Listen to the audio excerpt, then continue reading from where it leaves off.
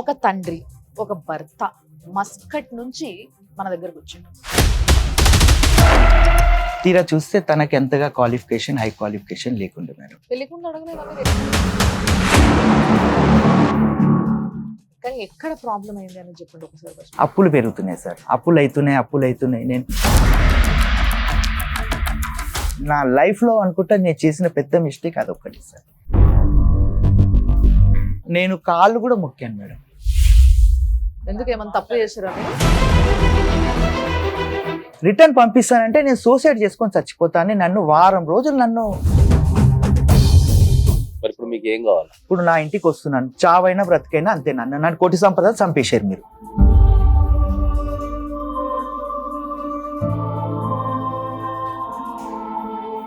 విడిపోయి అంత పెద్ద గొడవ ఎక్కడ జరిగింది మీ ఇద్దరికి? అంటే సెకండ్స్ లేట్ అయినా కూడా ఫోన్ ఎందుకు లిఫ్ట్ చేయలేదు ఇప్పటి వరకు? ఎక్కడున్నావు? ఎవరికి అడిగి పోయినావు? ఏం చేసినావు? ఒక భార్య భర్తలు పెళ్లి చేసుకుని ఇద్దరు పిల్లల్ని కన్నోళ్ళు విడిపోయే కారణం అయితే వినిపించట్లేదు మీ దగ్గర నుంచి. నన్ను ఇట్లా చేసేటోడు నన్ను ఇబ్బంది పెట్టాడు అని చెప్తే మీకు అది కరెక్ట్ గా కనిపించేదేమో మీకు. మీకు ఆ ఇంటి మీద రైట్ కావాలా వద్దా? ఉండరా? ఉంటది. మీ పిల్లలు నీ దగ్గరకు వస్తారని నమ్మకం ఉందా? మరి ఇప్పుడు 2 సంవత్సరాలు నాతో మాట్లాడని ఇవ్వకుండానైతే భయం అయితే పెట్టారు వాళ్ళకి. నీ భార్య నీ మాట ఇంటదేవో చూడాలి నువ్వు. ఇప్పుడు అదొక రకమైన ట్రీట్మెంట్. అది సుమన్ టీవీ ప్రేక్షకులకి నమస్తే. లైఫ్ జర్నీ కార్యక్రమానికి స్వాగతం. Eco Tejas world class electric bike అతి తక్కువ ధరలోనే.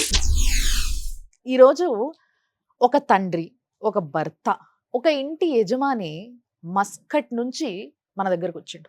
ఏడ్చుకుంటూ వచ్చిండు. మగవాళ్ళు ఏడుస్తున్నారు అని అంటే ఏంటి అసలు ఇంత పెద్ద బాధ అని ఎవరైనా అనుకుంటారు కదా.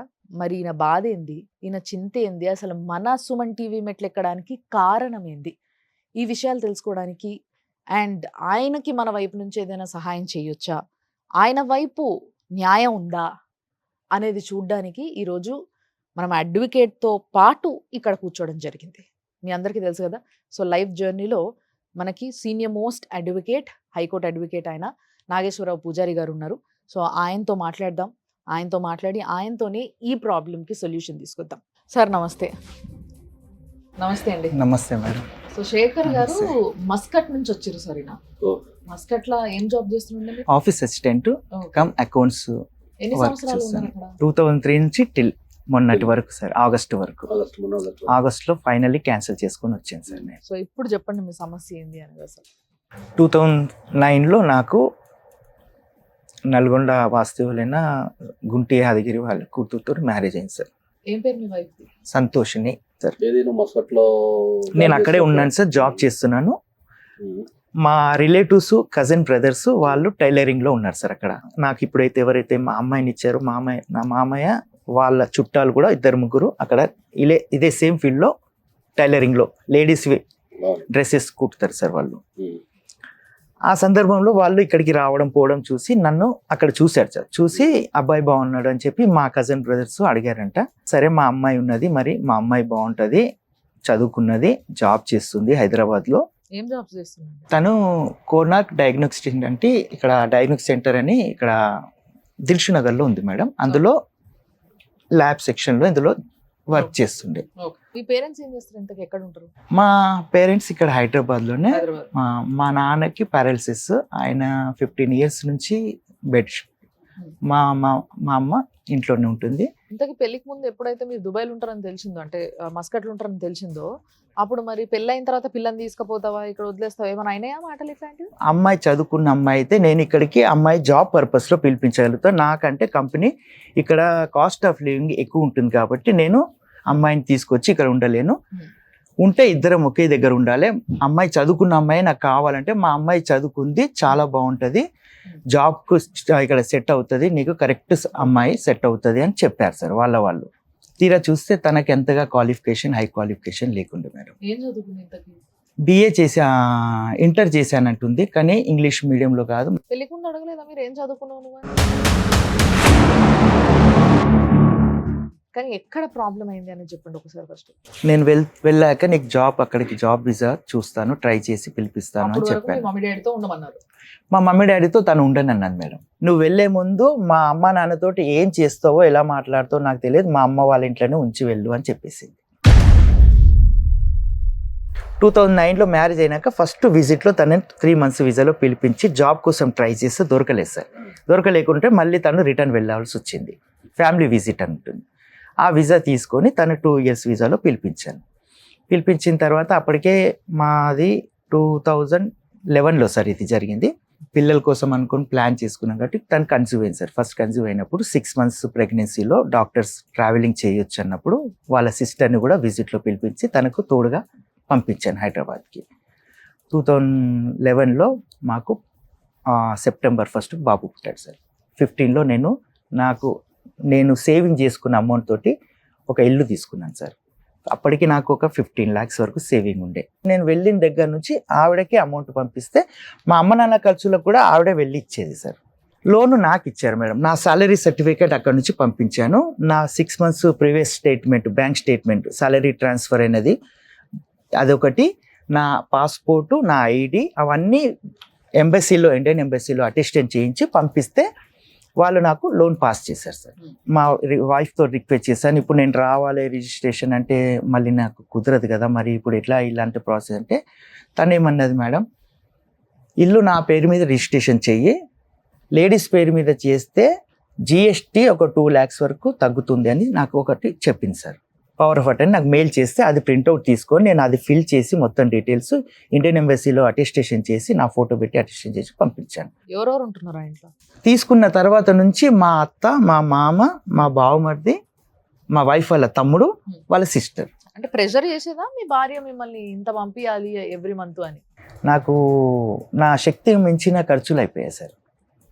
అప్పులు పెరుగుతున్నాయి సార్. అప్పులు అవుతున్నాయి. నేను 50,000 పంపించినా సరిపోదంట సార్, 70,000 పంపించినా సరిపోదు, ₹1,00,000 పంపించినా సరిపోదంట సార్. అప్పులు అవుతున్నాయి అనుకుంటా 2020లో మళ్ళీ తను టాప్ ఆఫ్ ద లోన్ అని మళ్ళీ 10 లక్షలు బ్యాంక్ నుంచి లోన్ తీసింది సార్. బ్యాడ్ లక్ ఏంటి సార్, అక్కడ నుంచి నా స్టార్ట్ అయింది సార్. అస్సలు టైం అంటే నా బ్యాడ్ లక్ అక్కడి నుంచి. కరోనా వచ్చింది, నా సాలరీ తగ్గింది ఒకవైపు సార్, ఇక్కడ EMI పెరిగింది సార్. టాప్ అప్ ఎందుకు తీశారు మరి? అప్పులైనాయి అంటుంది సార్. మీరు బయట ఎక్కడ ఇండియాలో అప్పులు చేశారా? మా చెల్లెల దగ్గర 4 లక్షలు తీసుకున్నా, మా తమ్ముడి దగ్గర 2 లక్షలు తీసుకున్నా. వాళ్ళందరూ మీరు ఇల్లు కొనుక్కున్నప్పటి నుంచి మీ ఇంట్లోనే ఉన్నారు. నేను వెళ్ళగానే నా ఇంట్లో వచ్చి వాళ్ళ హస్బెండ్ తోటి నా ఇంట్లో ఉండడం స్టార్ట్ చేసింది సార్. మా మరదలు, మీ మరదలు వాళ్ళు ఒక సపరేట్ రూమ్ నంది హిల్స్ లో తీసుకున్నారు. నేను ఇచ్చిన ఫర్నిచర్ వాళ్ళకి వచ్చిందంతా అందులో పెట్టి లాక్ వేసి రెంట్ కడుతున్నారు, కానీ అక్కడ ఉండట్లేదు. ఎందుకు ఉండట్లేదు అని అడిగితే ఆమె ఎయిర్పోర్ట్లో జాబ్ చేస్తుంది. నైట్ షిఫ్ట్కి వెళ్తే డే అంతా పడుకుంటుంది, డే షిఫ్ట్కి వెళ్తే నైట్ అంతా వచ్చి పడుకుంటుంది.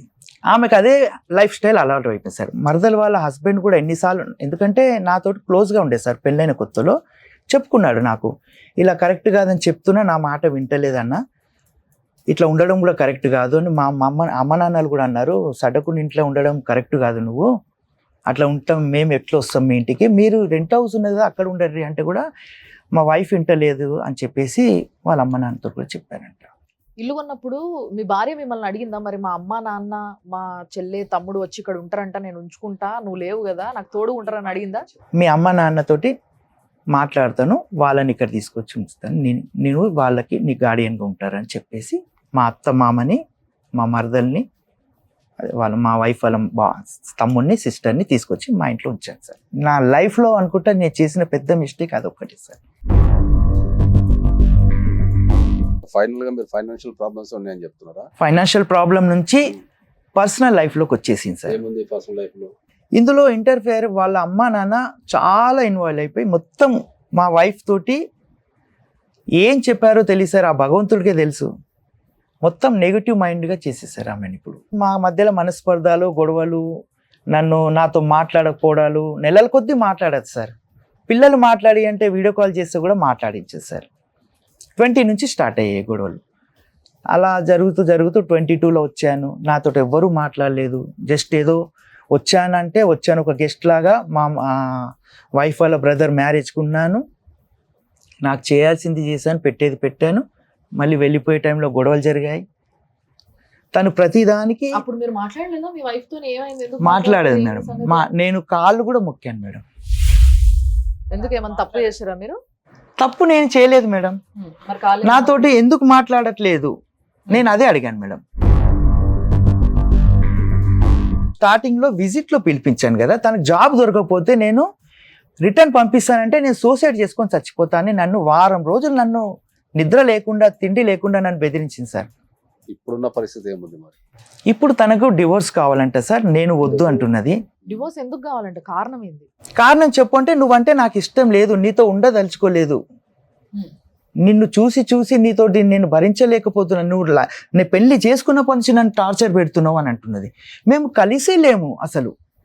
2020 వరకు బాగానే ఉన్నాం సార్.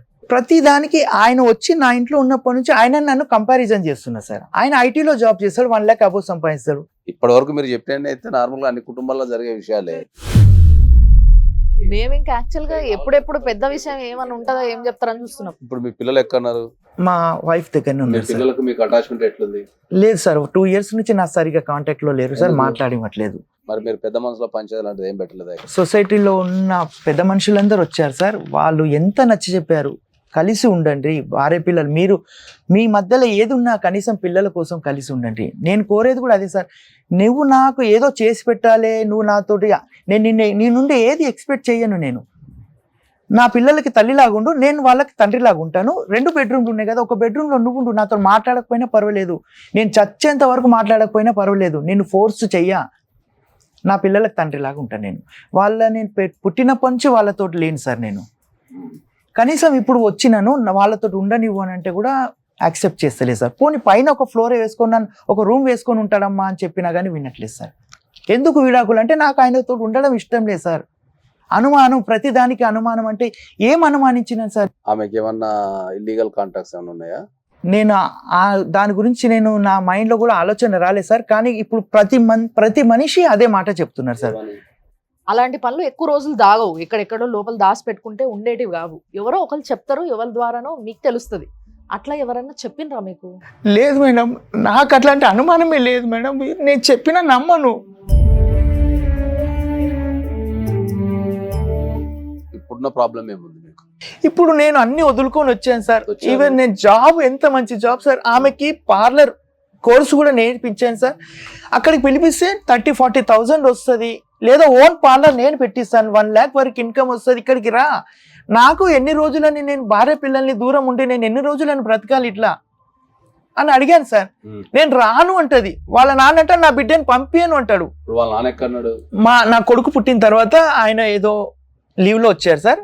ఆ తర్వాత వాళ్ళ ఫ్యామిలీ వాళ్ళు ఇంకా నువ్వు వెళ్ళని అవసరం లేదు, ఎన్ని సంవత్సరాలు కష్టపడతావు అని ఆయన పాస్పోర్ట్ లాగేసుకొని ఆయన పోనివ్వలేదు సార్. అదే ఇప్పుడు ప్రధానంగా ఏంటంటే మీరు చెప్పిన దాంట్లో 2 విషయాలు ప్రధానంగా మనం చర్చించాల్సిన విషయాలు 2 ఉన్నాయి. ఒకటి, నీ సొంత ఇంట్లోకి నేను పోనివ్వడం లేదు అనేది ఒక ఆరోపణ. రెండోది, ఆమె డైవోర్స్ ఇస్తా అంటుంది అనేది 2వ ఆరోపణ. ఇంతే కదా? రెండో విషయం. నాకు ఆస్తి వద్దన్నాను సార్, ఆమె పేరు మీద ఉండని, బంగారం నన్ను ఒక ఇంట్లో ఉండని, నాకు పిల్లలకి నాకు ఒక ఫాదర్ లాగా నాకు వాళ్ళ నీడ్స్ చూసుకుంటా నేను ఉంటాను అంటే కూడా ఒప్పుకోవట్లేదు సార్. మరి ఇప్పుడు మీకు ఏం కావాలి? నాకు నా భార్య పిల్లలు కావాలి సార్, నాకు ఏది వద్దు సార్. నేను అన్నాను, ఇప్పుడు నా ఇంటికి వస్తున్నాను, చావైనా బ్రతికైనా అంతేనన్నా, నన్ను కోటి సంపద చంపేశారు మీరు. నా భార్య పిల్లలు లేని బ్రతుకు నాకు వద్దు, నాకు అమ్మ నాన్న లేరు, భార్య పిల్లలు కూడా నన్ను వద్దంటున్నారు, ఇంకా నేను ఎందుకు బ్రతకాలి, నేను ఇంటికి వస్తానంటే ఒకటే మాట చెప్పాడు సార్ మా వైఫ్ వాళ్ళ బ్రదరు, ఆ అభిమన్యు రెడ్డి అని. కొంచెం ఓపికతోటి కొద్ది రోజులు బయట ఉండు, ఇంటికి రాకు, ఇప్పుడు ఇంటికి వస్తే గొడవలు అవుతాయి, ఆమె నీ మీద కోపంగా ఉన్నది.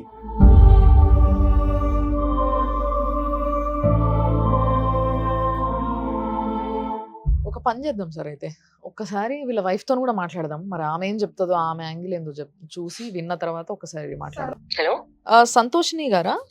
అవునండి, చెప్పండి. సంతోషిని గారు, మీ హస్బెండ్ శేఖర్ గారు సుమన్ టీవీకి వచ్చారండి. ఓకే. ఆయన ఏడుస్తున్నారు, మీరు అంటే తన వైఫ్ పిల్లలు కావాలని ఏడుస్తున్నారు. ఓకే. సో మీరేమో ఆయన వద్దనుకుంటున్నారట. ఓకే. ఏంటి రీజన్ అని అంటే, పెద్ద గొడవలు ఏం లేవు, నన్ను వద్దంటుంది తను అని చెప్పేసి చెప్తూ ఉన్నారు. ఓకే. మీరేమంటారు? అసలు ఏమైంది ప్రాబ్లం? ఎందుకు ఏడుస్తున్నారు మరి ఆయన? ఇప్పుడు ఏదైనా సిచ్యువేషన్ వస్తుంది, ఆ సిచ్యువేషన్ లో ఇది ఏంటి, ఇది ఎందుకని ఏది అడగొద్దు, క్వశ్చనింగ్ చేయొద్దు తనని నేను. హ్మ్. ఏది కూడా హ్మ్. అమౌంట్ ఇది ఇట్లా అంటే కూడా ఏది అడగొద్దు. తను అడిగిన దానికి సమాధానం అంతే. ఇది ఇంత, నువ్వు 3 కాళ్ళు అంటే 3 కాళ్ళే అనాలి, 4 కాళ్ళు అంటే 4 కాళ్ళే అనాలి. ఇప్పుడు అంతకు మించి ఇంకో మీకు క్వశ్చన్ నెల నెల చేయడానికి లేదు. పైసలు పంపించేటోడు అనేసి అంటున్నారు. మరి పంపించేటోళ్ళ నిజంగానే? పంపించాడండి. విడిపోయి అంత పెద్ద గొడవ ఎక్కడ జరిగింది మీ ఇద్దరికి? అంటే ఇప్పుడు బేసిక్ గా భార్య భర్తల మధ్యలో కొన్ని చిన్న చిన్నవి జరుగుతూనే ఉంటాయి, మళ్ళీ కలిసిపోతా ఉంటారు. చిన్నవి ఏం లేదండి. మ్యారేజ్ అయిన కాడి నుంచి యాక్చువల్ గా ఫుల్ పిచ్చ అనుమానం తనకి. ఇప్పుడు ఏమంటే ఎవరైనా చెప్తే కూడా నమ్మడానికి ఉండదు. హ్మ్. తను అలా బిహేవ్ చేస్తాడు. కనిపించేది ఒకలాగా, వెనక తిరిగేది ఒకలాగా. కంపెనీ నుంచి రూమ్ ఉంటది, అన్ని ఫెసిలిటీస్ ఉంటాయి, ఏ ఇబ్బంది ఉండదు అనేసి చెప్పినోడివి కనీసం తీసుకెళ్లి నువ్వు కనీసం ఒక పెద్ద హాల్ ఉంటుందండి, హ్మ్. కనీసం ఒక 10 to 15 మెంబర్స్ ఈజీగా పడుకోవచ్చు. ఆ హ్మ్. హాల్లో తీసుకెళ్లి నువ్వు అక్కడ ఉంచావు అనేసి ఒక అమ్మాయి ఎలా ఉంటది? ఇక్కడికి వచ్చిన తర్వాత కూడా మళ్ళీ సేమ్ అంతే. ఫోన్ కనీసం ఒక 5 to 10 minutes లేట్ అయినా లేదు, 5 to seconds లేట్ అయినా కూడా ఫోన్ ఎందుకు లిఫ్ట్ చేయలేదు ఇప్పటి వరకు? ఎక్కడున్నావు, ఎవరికి అడిగి పోయినావు, ఏం చేసినావు? హ్మ్. ఇవి మాటలు రిపీటెడ్ అసలు మనుషులని పోనీ మానసికంగా అంత ఎట్లా హింస ఎట్లా చేశాడు మిమ్మల్ని అంటే, అంత హింస పెడుతుంటే ఎవరికైనా వినిపించారా? లేదంటే ఏదైనా రికార్డ్ చేసి పెట్టారా మీరు? నేను ఎవరికి ఏమీ చెప్పలేదండి. వైఫ్ అండ్ హస్బెండ్ మధ్యలో చాలా మిస్అండర్స్టాండింగ్స్ ఉంటాయి. ఒకవేళ మీరు అన్నట్టుగా అనుమానమే ఉందనుకుందాం ఆయనకి. ఒకవేళ అనుమానమే ఉన్నా గూడా అది మీ ఇద్దరు ఒక దగ్గర ఒక స్ట్రెచ్‌లో లేకపోవడం వల్ల కలిగిందే కావచ్చు అనుకుందాము. ఇన్ని సంవత్సరాలుగా పెళ్ళయి ఇన్ని సంవత్సరాలుగా దూరం ఉన్నారు గాబట్టి. మరి ఇప్పుడు ఆయన అన్నీ వదిలేసుకొని 2 years నాకు నా కూడా నేను భార్య, కలిసినే ఉన్నా పిల్లలే కదా మేడం. కావాలి అని ఇటొచ్చారు గదా! అవును. ఇటొచ్చినప్పుడు మరొక ఛాన్స్ ఇచ్చి చూడొద్దా మీరు? 2015 ఇల్లు తీసుకున్నాము, అయిపోయింది. ఈఎంఐ కడుతున్నా 2 years బానే కట్టాడు, చేశాడు. నేను జాబ్ చేస్తానని చెప్పాను. అవసరం లేదు, నువ్వు చేయాల్సిన అవసరం 10-12 వేల కోసం నువ్వు వెళ్ళాల్సిన అవసరం లేదు. బస్సులలో అంతగానే తిరిగి వాడతాక వీడి దాకా ఎన్ని గంటలకు వస్తావో, ఏం చేస్తావో, ఇవి మాట. హ్మ్. ఎన్నిసార్లు అడిగినా కూడా హ్మ్. వంకరగా మాట్లాడేటోడు. హ్మ్. ఇయర్ కి వన్స్ వచ్చినా కూడా 1 month లో 20 days ఏడ్చేదాన్ని నేను. హ్మ్. యాక్చువల్గా చేసేటప్పుడు కూడా ఫోన్ తీసా అంటాడు, మీ ఫ్రెండ్స్ ఇట్లా చేస్తారంటావు, మా ఫ్రెండ్ ఇట్లా చేస్తారంటారు, వాళ్ళు ఇలా ఉంటారంట, వీళ్ళు ఇలా ఉంటారంట. వాష్రూమ్ లో స్నానం చేసేటప్పుడు కూడా కన్నంలో పెంచి చూసేటాడు మేడం. అక్కడ ఉన్నప్పుడు ఎవరికి చెప్పుకోవాలి ఇవన్నీ? ఎవరు ఇన్ని రోజులు బాగానే చూసేవాళ్ళు? ఉన్నారు కదా. మా హస్బెండ్. మీ హస్బెండ్ నిన్ను చూస్తే ప్రాబ్లం ఏంటమ్మా నీకు? అమ్మా నన్ను చూసినప్పుడు నీకు అవసరం ఏముంది మేడం? నీకు అవసరం ఏముంది? కళ్ళ నుంచి చూడాల్సిన అవసరం ఏముంది నీకు? ఏదైతే ఆయన ఇందాక ఒక వీడియో కూడా చూపించిండ్రు, ఇంటి ముంగటొచ్చి ఇంటి ముంగట దిగిన తర్వాత గూడా మీ తమ్ముడు గేట్ మీద నుంచి ఆయనను కొడుతూ ఉన్నాడు గదమ్మా! ఓకే. అది కరెక్ట్ కాదు కదా! పోనీ మీ ఓకే మీ మేడం. మీ హస్బెండ్ మిమ్మల్ని ఎప్పుడైనా కొట్టాడా? ఎందుకు కొట్టలేదు? కొట్టండి కదా. ఏది కూడా ఒక భార్యాభర్తలు పెళ్లి చేసుకొని ఇద్దరు పిల్లల్ని కన్నోళ్ళు విడిపోయే కారణం అయితే వినిపించట్లేదు నీ దగ్గర నుంచి. నన్ను ఇట్లా చేసేటోడు, నన్ను ఇబ్బంది పెట్టాడు అని చెప్తే మీకు అది కరెక్ట్ గా కనిపించేదేమో మీకు. మీరు విడాకులు కావాలంటున్నారట కదా! విడాకులు పంపించారా? నోటీస్ పంపించారా ఆయనకి? ఇంకేం పంపించలేదు మేడం. మరి ఏంటి మీ ఉద్దేశం ఏంటి? మీ ఇద్దరు పిల్లలున్నారు. ఇద్దరు పిల్లల జీవితం నాశనం అయిపోతది గదా! మీరిద్దరు విడిపోతే. అయినా నువ్వు సేమ్ యాక్షన్ అలా ఫైనాన్షియల్ గా అలాగే చేసావు, మానసికంగా అలాగే చేసావు, శారీరకంగా అలాగే చేసావు. ఎవరన్నా వీడియోస్ ఇస్తారా చెప్పండి మేడం మీరు? వీడియోస్ ఎవరి దగ్గర ఉన్నాయి? ఎవరన్నా వీడియోస్ నా దగ్గర ఉంటే ఈ పాటికి ఎప్పుడో నేను చేసేదాన్ని. ఇప్పుడు ఏమనంటే ప్రూఫ్స్ అడుగుతారు. నేను ఎక్కడి నుంచి ప్రూఫ్స్ తీసుకురావాలి మేడం? ఏం వీడియోస్ తీసాడమ్మా? 24 గోడల మధ్యలో కూడా వీడియోస్ తీసేవాడు మేడం. మిమ్మల్ని వీడియో తీసేవాడా? ఎస్, అవును మేడం. మిమ్మల్ని వీడియో ఎవరన్నా తీసింది మీరు చూసారా? చూసాను. ఆ సెల్ పగలు కొట్టింది కూడా నేనే ఫస్ట్ లో. మీ ఇద్దరు పిల్లలు మైనర్లు. ఇద్దరు పిల్లల గురించి మీరు ఏం ఆలోచించారు? పిల్లలకి ఎప్పుడైనా తండ్రి ఎంత ఇంపార్టెంటో, తల్లి అంత ఇంపార్టెంటో, తల్లి ఉంటే సరిపోదు, తండ్రి కూడా అంతే ఇంపార్టెంట్. ఏం చెప్తారు మీరు దాని గురించి? Okay madam, 100% right. అలా అని తల్లికి ఒక్కదానికే ఉంటేనే సరిపోదు కదా మేడం, తండ్రికి కూడా ఉండాలి కదా. ఇప్పుడు తను వచ్చి దగ్గర అమ్మా, దగ్గర 2-3 ఆయన years వచ్చినప్పటి అవుతుంది నుంచి మేడం. 2 years నుంచి పిల్లలతో మాట్లాడనివ్వలేదు అని చెప్పేసి చెప్తున్నాడు ఆయన. అది 100% తప్పు మేడం. పిల్లల గురించి నేను ఆలోచించాను కాబట్టి నువ్వు ఆలోచించి నిలబెట్టిన దాన్ని నన్ను ఎట్లాగో సంకనాకి ఇచ్చినావు. నన్ను అనుమానించినవో, తిట్టినవో, కొట్టినవో, 10 మందిలో పెట్టినవో, ఏం పెట్టినవో నీ మనసాక్షికే తెలుసు. పిల్లల గురించి నేను ఆలోచించాను కాబట్టి రోడ్డు మీద పడతాన్న దాన్ని కాపాడుకున్నా నేను. ఇప్పుడు నార్మల్ గా వచ్చిన సంతోష్ని ఒక మాట వెరీ క్లియర్, ఉన్నారు అనేసి ఒక అంటే మాట వెరీ క్లియర్ నేను చెప్తా విను. చెప్పేసరికి మేడం నేను చెప్తా విను ఒక్కసారి. సంతోష్ని, నువ్వు చెప్పండి. ఒకటి మీ భర్తతో కలిసి ఉంటావా? 2 భర్త నువ్వు ఇద్దరు కలిసి కొనుక్కున్న ఇల్లుని ఆయనని ఉండనివ్వకుండా బయటికి తోసే అర్హత నీకు లేదు. లేదా ఎవరు ఉండకుంటూ ఉండాలి, అంతే తప్పితే ఆయన ఉండకుండా చేసే అర్హత మాత్రం నీకు లేదు ఒకటి. అండ్ మూడోది పిల్లల భవిష్యత్ ఏంటి, ఈ మూడిటికి మాత్రం సమాధానం చెప్పు. వీటి గురించి ఏం ఆలోచించను. అది మీ వైఫ్ అక్కడికి వచ్చినప్పుడు ఏదో పెద్ద హాల్ తీసుకొని ఉంచిండ్రు మీరు అని అంటుంది, అది ఏంటి హాల్లో ఉంచారా? హాల్ కాదు మేడం, ఫస్ట్ టైం వచ్చినప్పుడు నా కంపెనీ నాకు పర్మిషన్ ఇచ్చింది, విజిట్ వీసాలో వస్తుంది కాబట్టి ఇచ్చారు, కంపెనీ రూమ్ ఇచ్చారు, కంపెనీ రూమ్ లోనే ఉన్నది వెళ్ళిపోయింది. Okay. Second time permanent visa తీసినప్పుడు కంపెనీ నాకు ఇవ్వదు మేడం, ఎందుకంటే అది ఓన్లీ మేనేజర్ లెవెల్కి పెద్దవాళ్ళకే ఇస్తారు వైఫ్ వీసా, పిల్లలకి. నాకు నా పొజిషన్ ని బట్టి ఇవ్వరు, ఎందుకంటే నాకు ఇస్తే ఇంకా 10 మందికి 100 మందికి ఇవ్వాల్సి వస్తుంది, అది సిచ్యువేషన్. కాబట్టి ఇవ్వనన్నారు, రూమ్ ఇవ్వనన్నారు, వీసా ఇవ్వనంటే నేను బయట పే చేసి, అక్కడ స్పాన్సర్లు ఉంటారు సార్ ఆ కంట్రీ వాళ్ళు, వాళ్ళకి పే చేసి నా వైఫ్ని పిలిపిస్తున్నా అంటే వాళ్ళ రెస్పాన్సిబిలిటీ మీద వాళ్ళు ఒక వీసా ఇస్తారు మేడం. అక్కడ మాకంటూ ఒక వీళ్ళు సపరేట్ ఉంటే వాళ్ళు సపరేట్ ఉంటే, నేను మా కో బ్రదర్ దగ్గర షేరింగ్ అకామిడేషన్ తీసుకున్నాను సార్. ఎందుకంటే ఒక్కొని తీసుకుంటే 30,000-40,000 పోతుంది సార్ నాకు. నేను వచ్చే సాలరీలో 30,000-40,000 నేను రూమ్కే పే చేస్తే నేను ఏం తింటాను, నేను ఏం కడతాను, ఏం సేవింగ్ చేస్తాను మేడం, ఆ ఆలోచించే షేరింగ్లో తీసుకున్నాను మేడం మా కో బ్రదర్స్ తోటి. తను 6 months కన్సీవ్ అయ్యి ఎలా వస్తుంది మేడం, నేను హాల్లో పడుకోబెడితే. ఇప్పుడు మీరు విన్నారు ఆమెతో మాట్లాడింది.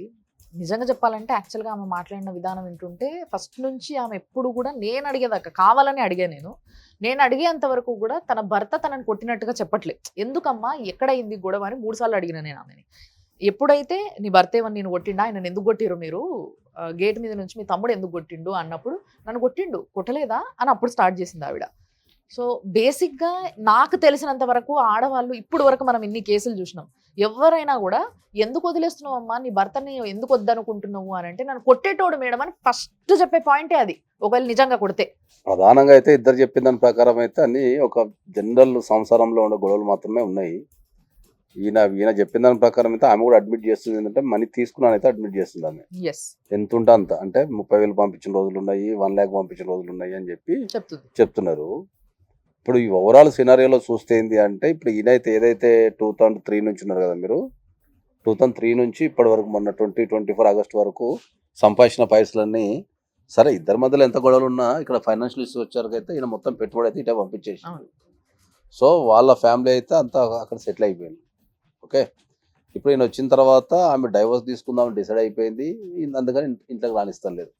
ఓకే, జనరల్గా చట్ట ప్రకారం ఏంటంటే మీ దగ్గర కనుక ఆమె అకౌంట్లకు పంపించిన, అంటే ఇప్పటిదాకా ఇల్లు కొనడానికి పంపించిన ప్రూఫ్లని కనుక ఉంటే మీరు ఆమె పేరు మీద ఉన్నదాన్ని మీరు క్యాన్సిల్ చేసేసుకోవచ్చు. నేను అప్రాక్సిమేట్లీ ఇందులో తగ్గొచ్చు, ఒక 10 లక్షలు 5 లక్షలు, 89,98,700 నా లెక్క ప్రకారం వచ్చింది సార్ ఇంతవరకు ఆమెకు క్యాష్ లో రూపంలో. హౌస్ లోన్ అయిపోయిందా, ఉందా మీకు అది? హౌస్ లోను అదే సార్, మా అమ్మది డెత్ అయింది కదా సార్, చనిపోయారు. వచ్చి నేను వెళ్ళిన 1 week 10 daysకే నాకు తెలియకుండా వాళ్ళ మదర్, ఫాదర్, బ్రదర్, సిస్టర్ అందరిని తీసుకెళ్ళి బ్యాంక్ లోన్ అవుట్ స్టాండింగ్ మొత్తం క్లియర్ చేసి, బ్యాంక్ మేనేజర్ తోటి ఏం మాట్లాడుకున్నారో తెలియదు, డాక్యుమెంట్ తీసుకొచ్చుకొని దాచేసుకున్నారు సార్. ఇల్లు డాక్యుమెంట్ ఎంత క్లియర్ చేశారు మీ ఐడియా ప్రకారం? బ్యాంక్ వాళ్ళు అంటున్నారు 22 lakhs సార్, దానికి సంబంధించిన డీటెయిల్స్ ఇవ్వండి సార్ అంటే ఇవ్వట్లేదు సార్ వాళ్ళు. ఇది సేల్ డీట్ ఆమె పేరు మీద చేయించారు సార్, దానికి సంబంధించిన పవర్ ఆఫ్ అటర్నీ సార్ నేను పంపించాను, ఇది పంపిస్తేనే వాళ్ళు ఆమె పేరు మీద రిజిస్ట్రేషన్ చేస్తానన్నారు, ఆమెకి రైట్స్ పవర్స్ ఇస్తాన్నారు. ఇల్లు ఆమె పేరు మీద ఉంది కాబట్టి డాక్యుమెంట్స్ ఆమెకే ఇచ్చేస్తారు. లోన్ క్లియర్ చేసేటప్పుడు లోన్ బ్యాంక్ వాళ్ళు ఎవరు క్లియర్ చేసినా తీసుకుంటారు. అక్కడ వైఫ్ అండ్ హస్బెండే కాబట్టి ఆ బ్యాంక్ వాళ్ళతో టచ్ లో ఉంటారు కాబట్టి ఎవ్రీ మంత్ ఈఎంఐ పోతుంది కాబట్టి పేపర్లు ఆమె దగ్గరనే ఉన్నాయి కాబట్టి ముందే బ్యాంక్ వెళ్ళి చెప్పి ఉంటుంది, పేపర్లు నా పేరు మీద ఉన్నాయి, లోన్ నేను కట్టేస్తాం, మా హస్బెండ్ అంటే వాళ్ళు డిఫాల్ట్ ఇచ్చేస్తారు. వైఫ్ అండ్ హస్బెండే కదా. నాకు 51 years సార్. నేను ఇప్పుడు అది తీసుకొని ఏం చేస్తాను సార్, నేను సంపాదించే నా పిల్లలకి అనేది ఇక్కడ పాయింట్ కాదు. ఇప్పుడు ఆ ఇంటి మీద నీకు రైట్ ఉందా లేదా అనేది ఒక పాయింట్. నీకు ఆ ఇంటి మీద రైట్ కావాలా వద్దా? ఉంటుంది. మరి ఉండడానికి కావాలి కదా. అవును సార్, అదే మరి ఉండడానికి కావాలంటే ఇప్పుడు చట్ట ప్రకారం ఆ ఇల్లు ఎవరి పేరు మీద ఉంది? నా భార్య పేరు మీద. మరి ఆమె నేను రానియదు కదా. రానివ్వట్లేదు సార్. మరి ఆ ఇంట్లో ఉండటానికి రైట్ కావాలంటే నువ్వు క్లెయిమ్ చేసుకోవాలి కదా.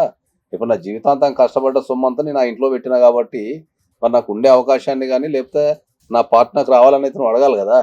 తప్పకుండా. మరి నువ్వు అన్ని అడగకుండా పోయి నన్ను ఉట్టిగా పోయి ఇంట్లో పంపి ఎవరు పంపిస్తారు నిన్ను? అన్ని ఏది వద్దు అనుకోని అన్ని ఆమె పైన పెట్టేసి, అంటే ఒక్కొక్కరు ఒక్కోలాగా ఉంటారు, అందరు ఆడోళ్ళు అట్లా ఉంటారని నేను అనట్లే. కొందరు నువ్వు చూయించే ప్రేమజాలు నువ్వు దూరం ఉన్నా అనుకునేటోళ్ళు చాలా మంది ఉన్నారు ఆడవాళ్ళు. అట్లాంటి వాళ్ళు కాకుండా నువ్వు ఇచ్చే ఆస్తి చాలు, నువ్వు ఆడికెళ్ళి పైసలు పంపుతున్నావు, నువ్వు లేకుంటే ఏంది, నువ్వు ఆడ బాగుండు మేము ఈడ బాగుంటాం అనుకునేటోళ్ళు కొందరు ఉంటారు. పెద్ద మనుషులకు చెప్తున్నారంట, మా అత్త మామ వీళ్ళందరూ కలిసి ఇంకా ఇంకో 10 years 10 బయట years లో ఉండు, బయట ఉంటే సమస్య సాల్వ్ ఆయన వచ్చి అయిపోతుంది ఏం చేస్తాడు ఇక్కడ ఉండి, ఏమన్నా పిల్లలు చేసేది పిల్లలు కానీ ఉందా, సంసారం చేసేది ఉందా అని అంటారంట సార్. చూడండి సార్, ఇంత అంటే నన్ను వాళ్ళు పెద్ద మనుషులన్నా నిన్ను ఒక ATM కార్డ్ లాగా యూజ్ చేసుకుంటున్నారు. ఇప్పుడు నువ్వు పోయి సంపాదించి పంపించు, నేను రేపు భర్తలాగా యాక్సెప్ట్ చేస్తా చూడు అని వాళ్ళు అంటున్నారు సార్. సార్ చెప్తున్నది కూడా అదే, నీకు వాళ్ళు ఆ పెద్దలు చెప్పింది కూడా నీకు అదే, నీకు ఇంకా అర్థమైతలేదు ఆ విషయం. నీ పైకి నీ పేరు మీదకి కొన్ని నువ్వు తెచ్చుకున్నప్పుడు నీ భార్య నీ మాట ఇంటదేవో చూడాలి నువ్వు. ఇప్పుడు అదొక రకమైన ట్రీట్మెంట్. అది చాలా మంది మగవాళ్ళు చేసే తప్పండి ఇది. ఇంతకుముందు కూడా మనం చాలాసార్లు కొంతమంది మొగోళ్ళని చూసినాం సార్. వీళ్ళు ఏంటంటే మొత్తం సంసారం వదిలేస్తారు, చేతిలో పట్టుకోరు. వీళ్ళు భార్య చూసుకుంటది, భార్య చూసుకుంటది, భార్య చూసుకుంటది, గాడి భార్య చాకరీ చూసుకుంటది. చేస్తారు. భార్య చూసుకుంటుంది కదా మరి. భార్యనే చూసుకుంటది అనమాట, మిమ్మల్ని తప్ప అనే చూసుకుంటది భార్య. సో ఇదే జరుగుతుంది. ఎంత అంటే భార్య భర్త అంటే సగం సగం, అంటే భర్త సంపాదించి పెట్టడం, భార్య ఇల్లు సంసారం సరిచేయడం కాదు. రెండు ఇద్దరు కలిసి చేసుకునే రోజులు ఇవి. ఇప్పుడు ఎట్టి బస్సులో పిల్లల్ని కలవనిస్తాం లేదా? కలవనిస్తలే. స్కూల్కి వెళ్ళినాను సార్. స్కూల్కి వెళ్ళి నా పాప బాబు పేరు చెప్పాను, సమీక్ష విఘ్నేష్ని కలవాలి వాళ్ళ ఫాదర్ని అంటే కూర్చోమన్నారు సార్. రిసెప్షన్లో కూర్చున్నాను. ఒక్క 5 minutesలో ఆమె రిసెప్షన్ ఆమె కాల్ వచ్చింది నాకు, సార్ ఇప్పుడు కుదరది, మీరు కలవడం కుదరది అని చెప్పేసి పంపించేశారు సార్. మీరు పిల్లల్ని చూడాలనుకుంటే మీరు కోర్టుకి వెళ్ళి మీరు విజిటింగ్ రైట్స్ వేసుకోవాలి. నా పిల్లల్ని నేను చూడాలనుకుంటున్నా అని చెప్పి కోర్టుకి వెళ్ళి మీరు విజిటింగ్ రైట్స్ వేసుకుంటే కోర్టు పర్మిషన్ ఇస్తుంది మీకు కలవడానికి. అప్పుడు ఎవరు ఆపనికి లేదు. ఇంకా మీ పిల్లలు నీ దగ్గరకు వస్తారని నమ్మకం ఉందా మరి? ఇప్పుడు 2 సంవత్సరాలు వస్తారంటే వస్తారంటే వచ్చి ఉండడం అని కాదు, వాళ్ళకి భయం అయితే పెట్టారు మేడం. నాతో మాట్లాడని ఇవ్వకుండానైతే భయం అయితే పెట్టారు వాళ్ళకి. అదే ఇప్పుడు నువ్వు వాళ్ళతోనే అనుబంధం పెంచుకోవాలంటే నువ్వు కంపల్సరీ కోర్టులో కేసు వేసుకుంటే, విజిటింగ్ రైట్స్ వేసుకుంటే కోర్టు గ్రాంట్ చేస్తుంది. అప్పుడు మీరు కంపల్సరీ కలవాల్సి వస్తుంది. కాబట్టి అప్పుడు మీ బాధ చెప్పుకోనో మరి ఏదో చెప్పుకొని మరి వాళ్ళతో నువ్వు మింగిల్ కాగలిగితే, నా కుటుంబంలో కలవగలిగితే దాన్ని కలిసే అవకాశం ఉంటుంది. లీగల్గా అయితే నువ్వు 3 పనులు చేయాల్సి వస్తుంది. ఒకటి, ఇల్లు నీ పేరు మీద మార్చుకోవడం. ఎందుకంటే అందులో కట్టిన సొమ్ము అంతా నీది కాబట్టి, నేను భార్య మీద నమ్మకంతో అక్కడ పంపించాను కాబట్టి, ఇప్పుడు నాకు సౌలభ్యం లేనందువల్ల నేను మావిడ పేరు మీద చేసిన, ఇప్పుడు నేను వచ్చినా కాబట్టి నా ఇల్లు నా పేరు మీద మార్చండి, పేమెంట్స్ అని నాయని కనుక మీరు కోర్టులో వేసుకుంటే ఇల్లు నీ పేరు మీద మారే అవకాశం ఉంటుంది. ఓకే సార్, అదొకటి చేయాలి లీగల్గా. Okay sir. రెండోది, నీకు పిల్లలతో అనుబంధం పెంచుకోవాలా, ఫ్యామిలీ కావాలనుకుంటే నువ్వు ఇమ్మీడియట్లీ కోర్టుకి వెళ్ళి చైల్డ్ విజిటింగ్ రైట్స్ వేసుకోవాలి. నా పిల్లల్ని నాకు బీయింగ్ ఏ ఫాదర్ నా పిల్లల్ని చూసే అధికారం నాకు ఉన్నది అని చెప్పి మీరు విజిటింగ్ రైట్స్ వేసుకుంటే కోర్టు తప్పకుండా గ్రాంట్ చేస్తుంది. ఆ విజిటింగ్ల వల్ల మీ మధ్యలో ప్రేమ, అనుబంధాలు, ఆప్యాయతలు పెరిగే అవకాశం ఉంటుంది. ఓకే, పిల్లలు కాబట్టి కొద్దిగా అవతల సైడ్ నుంచి కూడా ఏమన్నా కొద్దిగా బెదిరించో లేకపోతే మాట్లాడద్దాను ఇన్స్ట్రక్షన్స్ ఇచ్చుండొచ్చు. ఎగ్జాక్ట్లీ. సో నువ్వు ఫ్రీక్వెంట్ విజిట్స్ చేయడం ద్వారా వాళ్ళ మనసు మార్చగలగాలి. అండ్ ఇంకోటి, అది. ఈయన భార్యను కోరుకుంటున్నాడు కాబట్టి ఆయన కౌన్సిలింగ్ కూడా మనం మీ భార్య కోరుకుంటున్నావు కాబట్టి మనకు జనరల్ కౌన్సిలింగ్ ఇప్పించుకోవచ్చు, పిలిపియచ్చు. కౌన్సిలింగ్ రాకపోతే నువ్వు డైరెక్ట్ RCR అనే ఒక పిటిషన్ ఉంటుంది, దాన్ని రెస్టిట్యూషన్ ఆఫ్ కాంజుగల్ రైట్స్ అంటాం మనం. అంటే నా భార్యతో కలిసి జీవించే అవకాశాన్ని నాకు ఇవ్వండి అని చెప్పి మీరు కోర్టులో వేసుకుంటే కోర్టు ఆమెను పిలిచి కౌన్సిలింగ్ చేయడం కానీ, లేకపోతే నువ్వు గట్టిగా చేస్తే ఆమె కార్డు ఇవ్వడం కూడా జరుగుతుంది. నీ సమస్య కంపల్సరీ లీగల్ ద్వారానే సాల్వ్ అవుతుంది. ఎందుకు అంటే ఆల్రెడీ నువ్వు ట్రై చేసినావు, పెద్ద మనసులో ట్రై చేసిండు, 2 స్టేజ్లు దాటిపోయినాయి సార్. కాబట్టి మీకు PS వరకు కూడా పోయింది కాబట్టి నెక్స్ట్ లెవెల్లో మీకు కోర్టు అయ్యింది. అంటే చాలా రోజులు గుంజిరు దాన్ని. మీరు అట్లీస్ట్ ఇప్పుడైనా మీరు చేయాల్సినవి ఓ స్టేజ్లోనే, ఎప్పుడైతే గొడవలు దూరం పెరుగుతుందో అప్పుడే చేస్తుంటే ఈ పాటికి సాల్వ్ అయిపోయేది. బట్ చాలా డిలే చేశారు కాబట్టి అట్లీస్ట్ ఇప్పుడుకైనా ఇంకా డిలే చేయకుండా మీరు కోరుకుంటున్న కోరికను తీర్చుకోనికి మీరు ఏం చేసిండ్రు అంటే, నేను ఇవి చేసిన అని చెప్పడానికి అట్లీస్ట్ ఫస్ట్ సార్ చెప్పినవి అన్నీ మీరు ట్రై చేస్తే, దాన్ని బట్టి వాళ్ళు కూడా వాళ్ళ సైడ్ నుంచి మారి మీ దగ్గరకు వస్తే, ఎప్పుడైనా 2 చేతులు కలిస్తేనే చప్పట్లు అన్నట్టుగా ఇద్దరు కలవాలనుకుంటేనే కలవగలుగుతారు అల్టిమేట్గా. నేను కలిపితేనో, మీరు కలిస్తేనో, ఇంకొకరు అది కాదు అది. సో ఇద్దరు 2 వైపుల నుంచి అనుకునేలాగా నీ ప్రయత్నం నువ్వు చేయాలి. ఇన్ని రోజుల నుంచి నువ్వు చేసింది ప్రయత్నం కాదు, అసలు చేయలేదు. సో అట్లీస్ట్ ఈ విధంగా ప్రయత్నం స్టార్ట్ చేయండి. ఓకే, మీకు ఏమైనా అడ్వైజ్ కావాలన్నప్పుడు డెఫినెట్గా సార్ మీకు అడ్వైజ్ ఇస్తారు. ఒకవేళ మీకు మళ్ళీ సార్ ఇది పరిస్థితి, ఈ పిటిషన్ వేసినా ఇది అయ్యింది, ఇది జరిగింది, ఇప్పుడు నెక్స్ట్ ఏం చేయాలి అంటే ఆయన మీకు చెప్తారు. ఓకే, సో బాధపడకండి, ఏడవకండి. మగవాళ్ళు ఏడిస్తే కూడా బాగుండదు కానీ బాధ మేడం చెప్పలేను. నాకు నేను సర్వస్వం వాళ్ళే అనుకున్నాను మేడం. ఇప్పుడు వాళ్ళే నన్ను ఇంత ఇచ్చేసినందుకు నాకు సో కొంచెం జాగ్రత్త నా ఉండండి, పిల్లలు strong అంటే నాకు ఉండండి. చాలా ప్రేమ, ఎందుకంటే పుట్టినప్పటి నుంచి వాళ్ళతో లేను. Hmm. అప్పుడప్పుడు వచ్చి చూసేవాడిని, చేసేవాడిని. ఇప్పుడు వచ్చి ఉందామనే టైంలో ఇలా జరిగిపోయింది. So thank you sir, thank you so much for the advice. Thank you అండి. Thank you madam. చూసిండ్రు కదా, ఇది ఇంటింటికి ఒక చరిత్ర ఉంటుందబ్బా. కొంతమంది నాకు అసలు ఎవ్వరూ వద్దు అని కొత్త దారులు పట్టే వాళ్ళు ఉంటే, కొంతమంది ఎన్ని సంవత్సరాలుగా దూరం ఉన్నా కానీ నా ఇల్లు, నా పెళ్ళాం, నా పిల్లలు, నా సంసారం అని ఆలోచించి వాళ్ళ కోసం మాత్రమే బతికేటోళ్ళు కొందరు ఉంటారు. ఇలాంటి వాళ్ళని వదులుకుంటున్నారు అని అంటే ఆడవాళ్ళు ఆలోచించాలి. అలాంటి వాళ్ళు దొరకని వాళ్ళు ఎంతోమంది భూపైన ఏడుస్తూ ఉన్నారు. కాబట్టి మనం తీసుకునే డెసిషన్ ఎప్పుడైనా వైజ్గా ఉండాలి. జీవితాలని, ఇళ్ళని, సంసారాలని కాపాడే విధంగా ఉండాలి తప్పితే మొత్తం మన యొక్క కల్చర్ని నాశనం చేసే విధంగా ఉండొద్దు అనే ఒక రిక్వెస్ట్ మాత్రం చేయగలుగుతున్నాను నేను. సో దయచేసి దీనిపైన కొంచెం ఆలోచించండి. చూస్తూనే ఉండండి సుమన్ టీవీ.